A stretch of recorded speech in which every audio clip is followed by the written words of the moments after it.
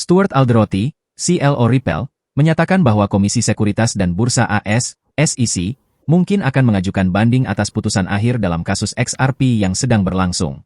Meskipun SEC memiliki tingkat keberhasilan yang rendah dalam banding, dengan tingkat pembalikan pengadilan kurang dari 10%, Alderoty percaya bahwa regulator mungkin tetap melanjutkan. Ia mengkritik pendekatan SEC, mempertanyakan rasionalitasnya dan menekankan bahwa banding apapun kemungkinan besar tidak akan berhasil.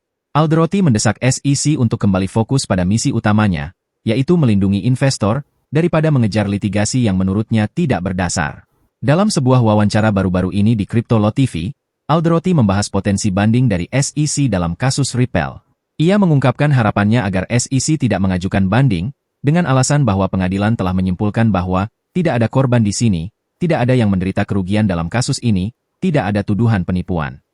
Dia menekankan bahwa kasus ini tidak berkontribusi pada misi inti SEC, dengan mengatakan, tidak ada dalam kasus ini yang memajukan misi inti SEC.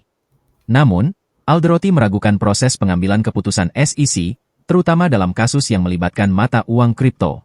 Dia mencatat, tapi kita semua tahu bahwa ketika menyangkut kripto, SEC telah membuktikan dirinya tidak rasional.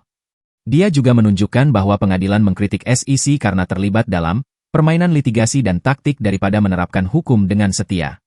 Meskipun khawatir, Alderoty mengakui bahwa banding mungkin saja terjadi, dengan menyatakan, saya tidak akan terkejut jika SEC mengajukan banding.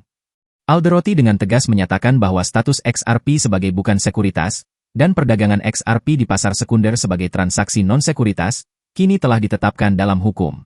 Dia bersikeras bahwa status ini tidak akan berubah bahkan jika SEC memutuskan untuk mengajukan banding. Dia juga menekankan bahwa pengadilan banding membalikan keputusan pengadilan yang lebih rendah kurang dari 10% dari waktu, yang memperkuat keyakinannya pada putusan saat ini.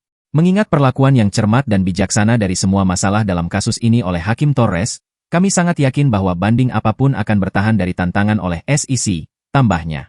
Sebagai kesimpulan, Alderoty menyarankan SEC untuk mempertimbangkan kembali fokusnya, mendesak lembaga tersebut untuk kembali ke misi intinya dalam melindungi investor.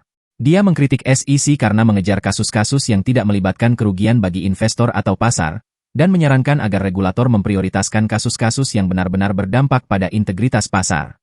Menurut Anda, apakah SEC akan mengajukan banding atas putusan akhir dalam kasus Ripple terkait XRP? Beritahu kami di kolom komentar di bawah ini. Jadi seperti itu update kali ini, terima kasih telah menonton dan sampai jumpa di video berikutnya.